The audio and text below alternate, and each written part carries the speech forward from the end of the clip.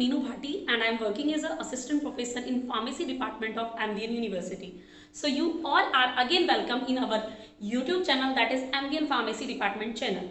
Student, today we will discuss about the one of the basic topic of pathophysiology, that is cell injury and adaptation. Student आज हम बात करेंगे कि normally हमारी जो normal cell है वो कौन कौन से ऐसे फैक्टर्स हो सकते हैं, इटियोलॉजिक फैक्टर्स हो सकते हैं जिनकी वजह से हमारी जो नॉर्मल सेल है वो इंजर्ड सेल में कन्वर्ट हो सकती है। ठीक है स्टूडेंट, आज हम बात करते हैं, ये हमारी कोई नॉर्मल सेल है, जैसे ही उस पर कोई हमारी जो सेल है उस पर जैसे ही कोई फिजिकल केमिकल मैकेनिकल कोई भी उस पर स्ट्रेस पड़ेगा तो उसकी वजह से क्या होगा, बेसिकली हमारी सेल की तरफ से जो इनिशिएटिव होगा, सेल क्या करेगी, उस स्ट्रेस को अडेप्ट करेगी। अगर सेल उस स्ट्रेस को अडेप्ट करती है तो ये जो हमारा प्रोसेस होगा ये होगा हमारा एडेप्टेशन प्रोसेस। इन केस हमारी जो सेल है वो हमारी सेल की एबिलिटी नहीं है उस प्रोसेस को, उस स्ट्रेस को अडेप्ट करने की, देन हमारी क्या हो जाएगी, सेल की इंजरी हो जाएगी, हमारी सेल अब इंजर्ड है।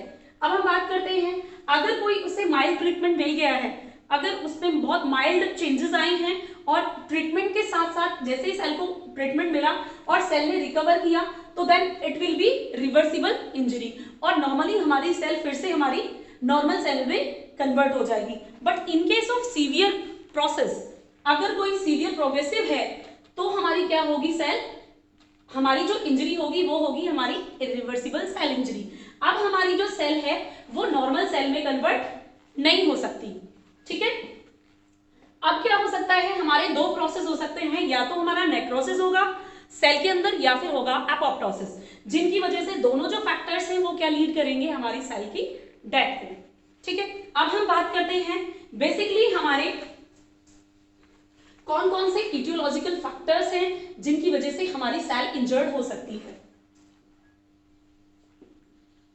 Aetiology of cell injury. So student, हमारे कुछ बेसिक कॉजेज हो सकते हैं सेल इंजरी के। सबसे पहला है हमारा हाइपोक्सिया, दूसरा है हाइपोक्सिया एंड इस्चीमिया, दूसरा है हमारा कोई भी फिजिकल एजेंट, तीसरा हमारा कोई भी केमिकल एजेंट हो सकता है,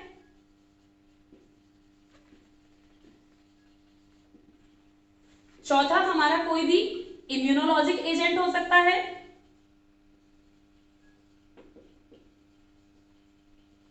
and fifth and last one will be nutritional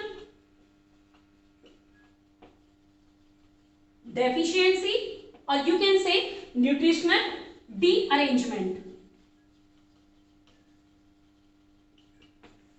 student, अगर हम बात करें हाइपोक्सिया की तो as per it's name hypoxia means हमारी जो ऑक्सीजन की कंसंट्रेशन होगी वो हमारी सेल्स में कम हो जाएगी। बेसिकली ऑक्सीजन का क्या रोल होगा सेल के अंदर, हमारी कोई भी सेल कोई एनर्जी जनरेशन कर रही है या यू कैन से उसके जितने भी मेटाबॉलिक फंक्शंस हो रहे हैं उन सब के लिए हमारी सेल्स को किसकी रिक्वायरमेंट होगी, ऑक्सीजन की। लेकिन जैसे ही हाइपोक्सिया होगा, ऑक्सीजन का लेवल कम होगा तो क्या हो सकता है, हमारी सेल इंजर्ड हो सकती है। दूसरा टर्म इसके साथ ही कंसर्न टर्म है, दैट इज इस्चीमिया। जैसे ही हमारी जो हमारी ब्लड की कंसंट्रेशन, यू कैन से कि हमारे ब्लड में ऑक्सीजन का लेवल कम हो जाता है और हमारे सेल्स को वो प्रॉपर ऑक्सीजन नहीं मिल रही है। जैसे कि यू कैन से कि नॉर्मल हेल्दी सेल को क्या चाहिए, न्यूट्रिशनल उसको जो न्यूट्रिशन की फॉर्म में चाहिएगा वो ब्लड उसे उस चीज का फुलफिलमेंट करेगा, ब्लड कैरी करेगा मिनरल्स को, ऑक्सीजन को, ताकि सेल हमारी हेल्दी रह सके। लेकिन जब उन सब चीजों की डेफिशिएंसी होगी तो क्या हो जाएगा, हमारी सेल कहीं ना कहीं इंपेयर हो जाएगी। ठीक है स्टूडेंट, अब हम बात करते हैं फिजिकल एजेंट की। फिजिकल एजेंट में हमारा कोई भी यू कैन से कि हमारा यूवी रेडिएशन हो सकता है, यूवी रेडिएशन की वजह से भी क्या हो रहा है, हमारी जो सेल्स है वो डैमेज हो सकती हैं, या फिर हमारा कोई मैकेनिकल स्ट्रेस हो सकता है। Mechanical stress means like road accident में भी हमारी सेल इंजर्ड हो सकती है, या फिर कोई इलेक्ट्रिकल शॉक भी हमारा फिजिकल एजेंट हो सकता है सेल इंजरी के लिए। अब हम बात करते हैं केमिकल एजेंट की। बेसिकली अगर आपने देखा हो तो जो एसिड्स अटैक होते हैं तो उनकी वजह से भी क्या होता है, ऑब्वियसली हमारी सेल नेगेटिवली अफेक्ट होती है। तो हमारा केमिकल एजेंट में हमारी एसिड्स हो गए, हमारी जो ड्रग्स हैं वो भी हमारी इसी कैटेगरी में फॉल करेंगी। जैसे हमारी जो नार्कोटिक ड्रग हैं, अल्कोहल है, उनकी वजह से भी हमारी सेल्स पे नेगेटिव इफेक्ट आएगा। अब हम बात करते हैं इम्यूनोलॉजिक एजेंट की। इम्यूनोलॉजिक जो एजेंट है अगर हम बात करें तो ये पर्सन टू पर्सन वेरी होगा।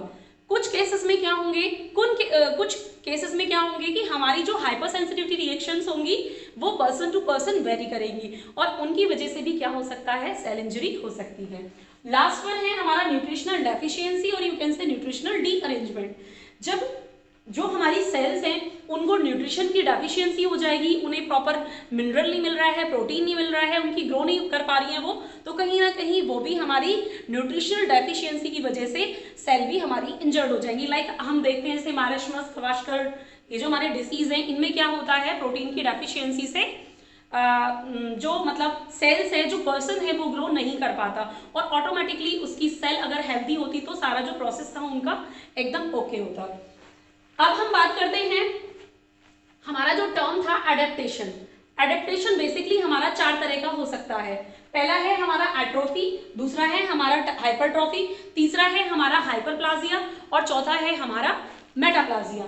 स्टूडेंट मैं यहीं पे आपको एक्सप्लेन कर देती हूँ ताकि आप इन चीजों को, इन की टर्म को इससे कनेक्ट करके याद कर सकें।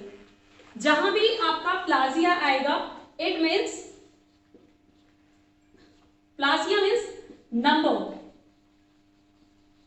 इट डिपेंड अपॉन की एट्रोफी, अगर ए टर्म लगा हुआ है, ए प्लासिया है तो नंबर ऑफ सेल्स हमारी कम होंगी और अगर हमारा हाइपरप्लासिया है तो नंबर ऑफ सेल्स हमारी इंक्रीज होंगी। ठीक है, नेक्स्ट टर्म है आपका ट्रॉफी। ट्रॉफी मीन्स हमारा मास और यू कैन से साइज। ये हमारे दो की टर्म हैं जिनकी हेल्प से हम जो सेलुलर एडेप्टेशन प्रोसेस है उसको पढ़ेंगे। Now we will discuss about the types of adaptation. जैसा कि मैंने आपको भी बताया प्लासिया और ट्रॉफी का रियल मीनिंग क्या है, तो हमें उनको कनेक्ट करते हुए हमारे ये जो 4 टाइप्स हैं, एट्रोफी, हाइपरट्रॉफी, हाइपरप्लाजिया, मेटाप्लाजिया, इनके बारे में स्टडी करनी है। स्टूडेंट्स आपको ध्यान रखना है जहां भी हमारा ए होगा दैट मीन्स वहां पे हमारा डिक्रीज होगा। हमारी जो पैरेन्काइमल सेल्स हैं उनकी जो हमारी पैरेन्काइमल सेल्स हैं वो हमारी डिक्रीज होंगी। ठीक है, और अगर जहाँ पे हमारा हाइपर है तो दैट मीन्स वहाँ पे क्या होगा, हमारी जो नंबर ऑफ पैरेन्काइमल सेल्स है और you can say size of parenchymal cells है वो हमारा इंक्रीज होगा। तो स्टूडेंट्स हमने क्या किया है कि यहाँ पे जो हमारी जो 4 टाइप्स हैं इनको हमने 2 पार्ट में डिवाइड करते हुए इनको एक्सप्लेन किया है। नॉर्मली जो हमारे ये प्रोसेस है, एडेप्टेशन प्रोसेस है, तो ये हमारे फिजियोलॉजिकल, हमारे लिए फिजियोलॉजिकल कितने हो सकते हैं और कितना हमारे डिजीज लीडिंग और यू कैन से पैथोलॉजिकल हो सकते हैं। तो अगर हम बात करें एट्रोफी की तो नॉर्मली एट्रोफी में क्या होता है कि जो हमारी साइज होता है हमारे पैरेन्काइमल सेल्स का, जो भी हमारी ऑर्गन की पैरेन्काइमल सेल्स हैं उनका जो साइज होगा वो हमारा डिक्रीज हो जाता है। स्टूडेंट्स में हमारा ये जब डिक्रीज होगा तो ये हमारा 2 कंडीशंस को लीड कर सकता है। पहली है हमारी फिजियोलॉजिक। अगर हम बात करें कि decrease in the size of uterus after partition, जैसे डिलीवरी के बाद अगर हमारा यूट्रस का साइज डिक्रीज हो रहा है then it will be a sign of physiological atrophy, जो कि हमारे लिए बेनिफिशियल है। अगर हम सेम इसी तरह से बात करें और जो कि नॉर्मल फंक्शनिंग है, जो कोई डिजीज लीडिंग प्रॉब्लम नहीं है, और अगर हम बात करें नॉर्मली जो ओल्ड एज है या फिर यू कैन से कि जो एजिंग के साथ साथ हमारी जो ब्रेन सेल्स होती हैं वो हमारी श्रिंक हो जाती हैं, जो कि फिजियोलॉजिकल हमारा एट्रोफी का इंडिकेशन है। अब हम सेम चीजें हम बात करते हैं कि ये जो हमारी एट्रोफी है, जो हमारी पैथोलॉजिकल एट्रोफी है वो हमारी कैसे डिजीज को लीड कर सकती है। तो इसमें क्या होगा, decrease in mass of organs और you can say disuse of organs, जो क्या होगा हमारी पैथोलॉजिकल कंडीशन होगी। सेम इसमें नेक्स्ट है आपका हमारा स्टार्वेशन एट्रोफी, जिसमें क्या होगा, जो हमारी मास होगा और यू कैन से हमारा जो साइज होगा ऑर्गन का वो हमारी न्यूट्रिशनल डेफिशिएंसी की वजह से क्या हो रहा है, डिक्रीज हो रहा है, जो कि हमारे लिए क्या इंडिकेशन है, डिजीज का इंडिकेशन है। अब इसके बाद हम बात करते हैं हाइपरट्रॉफी की। सेम चीज हाइपरट्रॉफी में क्या है, हमारा जो नंबर ऑफ हमारा यू कैन से कि जो हमारा साइज है सेल का, पैरेन्काइमल सेल का, वो हमारा इंक्रीज हो रहा है, जबकि इसमें क्या हो रहा था, डिक्रीज हो रहा था। अब अगर हम बात करें फिजियोलॉजिकल हाइपरट्रॉफी की, तो नॉर्मली जो फीमेल ब्रेस्ट साइज होता है वो हमारा प्रेगनेंसी में और लैक्टेशन वाली जो हमारी स्टेजेस होती हैं उनमें हमारा बढ़ जाता है, जो कि फिजियोलॉजिक हाइपरट्रॉफी का एग्जाम्पल है। और अगर हम बात करें पैथोलॉजिकल हाइपरट्रॉफी की, तो उसमें क्या होगा, जो हमारी कार्डियक मसल हाइपरट्रॉफी हो रही है वो भी हमारी क्या करेगी, वो हमारी हाइपरट्रॉफी में हमारा बढ़ जाता है, कार्डियक मसल हाइपरट्रॉफी, और जिसकी वजह से cardiovascular diseases, different type of cardiovascular diseases patient को अराइज हो सकते हैं। अब सेम इसको कंटिन्यू करते हुए हम रिमेनिंग 2 टाइप्स को और डिस्कस करेंगे। पहला है हमारा हाइपरप्लाजिया, जबकि जो दूसरा है वो है हमारा मेटाप्लाजिया। हाइपरप्लाजिया में क्या होगा स्टूडेंट, नॉर्मली हाइपरप्लाजिया में जो हमारी नंबर ऑफ सेल्स हैं, हमारी पेरेन्काइमल सेल्स हैं, वो हमारी इंक्रीज हो जाएंगी, जबकि जो हमारा मेटाप्लाजिया है इसमें क्या होगा, रिवर्सिबल एक्सचेंज होगा। ठीक है, अब हम बात करते हैं हाइपरप्लाजिया की। तो हाइपरप्लाजिया में जो हमारा फिजियोलॉजिकल हाइपरप्लाजिया है उसमें क्या होगा, सेम जैसे वहां पे हाइपरट्रॉफी हुआ था, यहाँ पे नंबर ऑफ सेल्स हमारी बढ़ जाएंगी, किसकी, हमारी फीमेल ब्रेस्ट की, during pregnancy and lactation, that it will be a physiological hyperplasia. और अगर हम बात करें पैथोलॉजिकल हाइपरप्लाजिया की, तो इसमें क्या होगा, एंडोमेट्रियल हाइपरप्लाजिया जो है वो हमारा बहुत अच्छा एग्जाम्पल है इसका। नॉर्मली जब ईस्ट्रोजन का एक्सेस होता है तो उस टाइम पे एंडोमेट्रियल हाइपरप्लाजिया हो जाता है, और जो क्या है कि मतलब कैंसर सेल्स को भी हमारा लीड कर सकता है। इसके बाद नेक्स्ट है हमारा metaplasia, next and last one is metaplasia. Student इसमें क्या होगा, हमारी जो एडल्ट की एपिथेलियल सेल्स होंगी वो दूसरी सेल से हमारी रिप्लेस हो जाएंगी। ठीक है, इसमें जो हमारा एग्जाम्पल हमारा जो एक्सप्लेन किया है हमने दोनों को, फिजियोलॉजिकल मेटाप्लाजिया को और पैथोलॉजिकल मेटाप्लाजिया को। तो फिजियोलॉजिकल मेटाप्लाजिया में क्या होगा, मेटाप्लाजिया ऑफ एंडोसर्विक्स, जो यूट्रस की ओपनिंग होगी वो छोटी हो जाएगी just because of replacement of another epithelial cells, जो कि फिजियोलॉजिक होगा। और अगर हम बात करें पैथोलॉजिकल की, तो पैथोलॉजिकल मेटाप्लाजिया में क्या होगा, नॉर्मली जो स्मोकर्स